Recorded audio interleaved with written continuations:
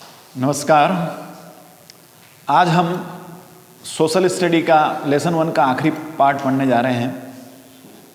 बहुत लंबा पार्ट था, बहुत ज़्यादा बड़ा पार्ट था यह, मतलब यह चैप्टर था। आज हम पढ़ेंगे पेज नंबर 12 पर expansion under Lord Hastings. Lord Hastings के नेतृत्व में एक्सपेंशन किस प्रकार से हुआ। Lord Hastings was appointed governor general in 1813। 1813 को या 1813 में लॉर्ड हेस्टिंग्स को गवर्नर जनरल नियुक्त किया गया। Lord Hastings waged a war against Nepal and forced to sign Sugauli treaty. Lord Hastings ने क्या किया, नेपाल के विरुद्ध युद्ध छेड़ दिया और उसको सुगोली ट्रीटी के लिए, सुगोली संधि के लिए उसको दबाव डाला उसके ऊपर, उसको फोर्स किया। By reducing Marathas to non entity. अब मराठा की इकाई को, मराठा जो एकजुट थे उनको, उनकी एकता को भंग कर दिया और उसने क्या किया, ही डिसबैंडेड द मराठा फेडरेशन। और मराठा फेडरेशन को उसने, मराठा महासंघ को उसने डिसबैंडेड कर दिया, यानी कि भंग कर दिया, खत्म कर दिया। Now Lord Dalhousie's doctrine of lapse. Lord Dalhousie की हड़प नीति जिसको हम बोलेंगे। Lord Dalhousie followed the policy of annexing Indian states under company rule. Lord Dalhousie ने क्या किया कि जितने भी भारतीय स्टेट्स थे उनको क्या किया, अपने कंपनी में उसने मिला लिया। He banned the age-old tradition of adoption of heir by Indian kings। और उसने क्या किया, बहुत पुरानी जो परंपरा चल रही थी भारतीय राजाओं के उत्तराधिकारी को अपनाने की, वो उसने उस पर क्या कर दिया, बैन कर दिया। When the ruler died without a natural heir। और जब कोई शासक बिना अपने कोई उत्तराधिकारी के मर जाता था, his state was annexed to British dominance। तो उसके राज्य को ब्रिटिश कंपनी में, ब्रिटिश में मिला लिया जाता था। Many states indulging, Jhansi, Nagpur, Satara were annexed under this doctrine. और ऐसे बहुत सारे स्टेट्स हैं जैसे कि झांसी, नागपुर, सतारा, उनको भी ब्रिटिश डोमिनेंस में मिला लिया गया। In 1856 Nawab of Awadh was accused of misgoverning his state. 1856 में अवध के नवाब पर एक इल्जाम लगा कि भाई आप गवर्नमेंट ठीक से नहीं चला रहे हैं, शासन ठीक से नहीं चला रहे हैं उसके राज्य का। And thus it was annexed to British rule. और इस प्रकार से उसके शासन को, उसके राज्य को ब्रिटिश के अंदर मिला लिया, ब्रिटिश राज्य में मिला लिया। राज्य से मतलब कि उनके कंपनी हमने इसमें मिला लिया। Almost entire Indian state since 1757 to 1857 had come under British rule. और इस प्रकार से 1757 से लेकर 1857 तक सभी भारतीय राज्य क्या हो गए, पूरा भारतीय राज्य क्या हो गया, ब्रिटिश शासन के अंतर्गत आ गया, उसके अंडर में आ गया। The administrative policies of the company spread discontent among Indian states. और अंग्रेजों की जो पॉलिसीज थी, प्रशासन करने की, राज्य करने की जो पॉलिसीज थी, उससे क्या हुआ, भारतीय राज्यों में असंतोष फैल गया। And therefore the great freedom struggle of 1857 broke out। और तभी 1857 का स्वतंत्रता संग्राम युद्ध शुरू हुआ, यस, स्वतंत्रता संग्राम शुरू हुआ। Causes of British success। अब ब्रिटिश की सफलता के कारण। After the success in Carnatic wars, the British emerged as leaders in trade and battle of Plassey and Buxar provided political power to the British company। Karnataka या कर्नाटक वार की सफलता के बाद व्यापारिक क्षेत्र में अंग्रेज लीडर के रूप में उभरे। And battle of Plassey and Buxar और प्लासी का युद्ध था, उसने क्या किया, provided political powers to the company, British company. Buxar के युद्ध ने, प्लासी के युद्ध ने अंग्रेज कंपनी को क्या कर दिया, पॉलिटिकल पावर दे दिया। But what were the causes which in a short span made British the fate makers of India. But what were the causes in which in a short made British, और वही कारण थे जिसने कम ही समय अवधि में भारत का भाग्य निर्माता बना दिया। किसको? अंग्रेजों को। British company not only removed French, Portuguese and Dutch from the contention of trades but also paved way to secure political reign of India in their hands। अब देखिए, ब्रिटिश कंपनी ने न केवल फ्रांस को, पुर्तगीज को और Dutch को व्यापार की दौड़ से बाहर कर दिया, लेकिन साथ ही साथ उन्होंने क्या किया, जितने पॉलिटिकल जो था पॉलिटिकल रेन, शासनकाल जो था इंडिया का, वो अपने हाथ में ले लिया। After success in the battle of Plassey and Buxar, Buxar और प्लासी के युद्ध में सफलता के बाद they made the nawabs of Bengal, Bihar, Orissa and Awadh and Mughal emperor Shah Alam virtual prisoner. फिर उसने क्या किया?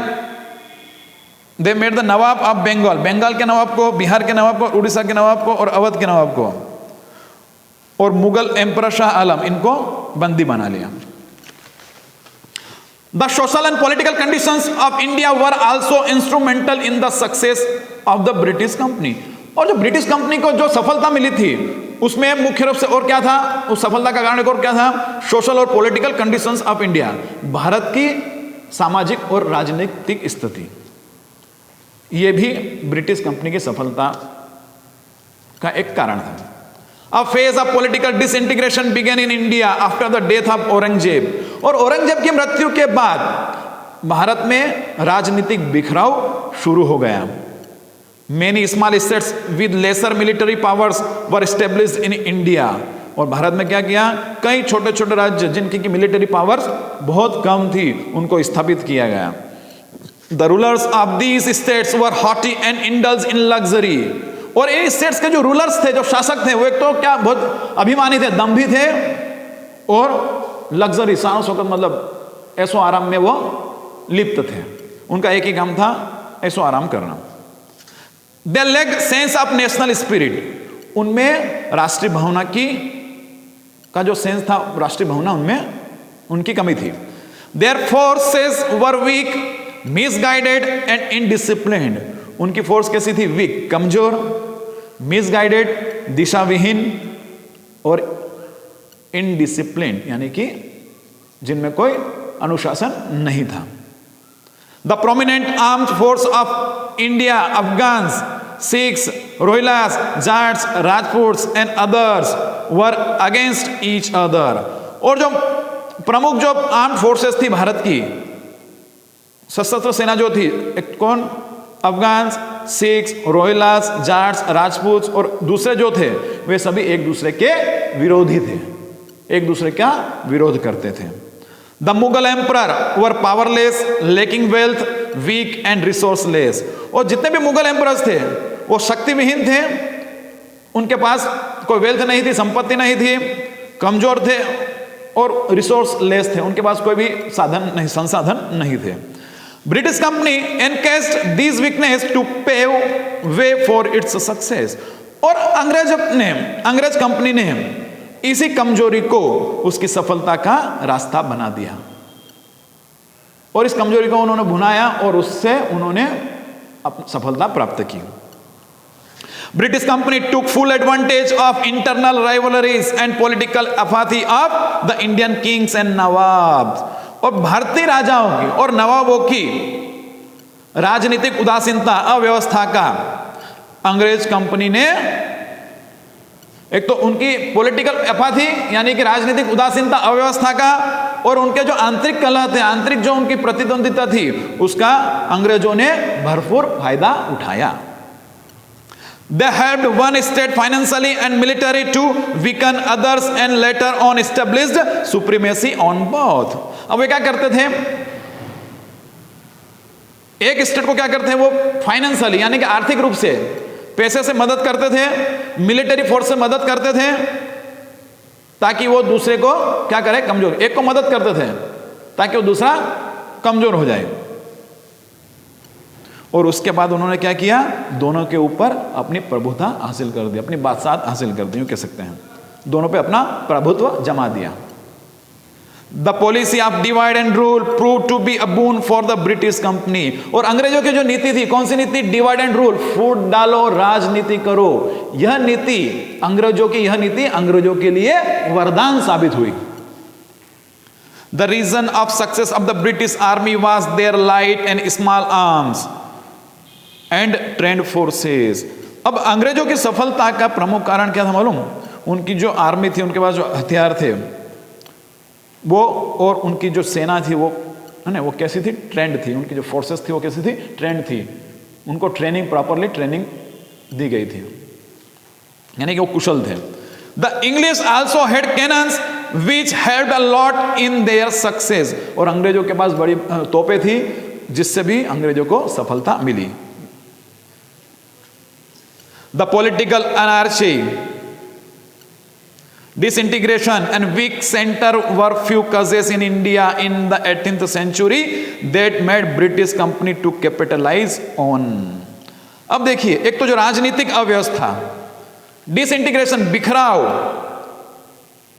और जो वीक सेंटर जो थे, कमजोर केंद्र जो थे, ये ही कारण जो थे 18वीं शताब्दी में, जिससे कि अंग्रेजों ने उन पर नियंत्रण कर लिया। Much was expected from Marathas in uncertain political scenario। और जो अनिश्चितकालीन जो पॉलिटिकल स्थिति थी, राजनीतिक स्थिति थी, उनमें मराठाओं से क्या आशा थी कि वह मदद करेंगे। But they fail to fulfil expectations due to their internal hostilities. लेकिन क्या था कि मराठास में ही आंतरिक कलह था, जिससे वो अपनी जो उनके प्रति जो आशाएं थी उनको पूर्ण करने में वह असमर्थ हुए, असफल हो गए। The cause of success of the British was not their ability. अंग्रेजों को जो सफलता मिली वो उनकी योग्यता नहीं थी, only but it was due to the political weakness of Indian rulers. यह तो क्या था, जो इंडियन रूलर्स थे, जो भारतीय शासक थे, उनकी राजनीतिक कमजोरी के कारण ही अंग्रेजों को सफलता मिली। देखिए, इस प्रकार से अपना लेसन 1 आज कंप्लीट होता है, पूर्ण होता है। इसका पीडीएफ तो मैंने पहले ही बना दिया था और आज मैं सर को बोलूंगा कि आज पीडीएफ आप तक पहुंच जाएगा।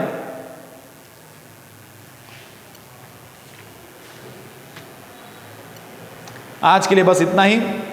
पीडीएफ आपको मिल जाएगा और आप कॉपी में क्वेश्चन आंसर लिख लीजिएगा और उनको स्टडी करना शुरू कर दीजिएगा, याद करना शुरू कर दीजिएगा। बहुत बहुत धन्यवाद।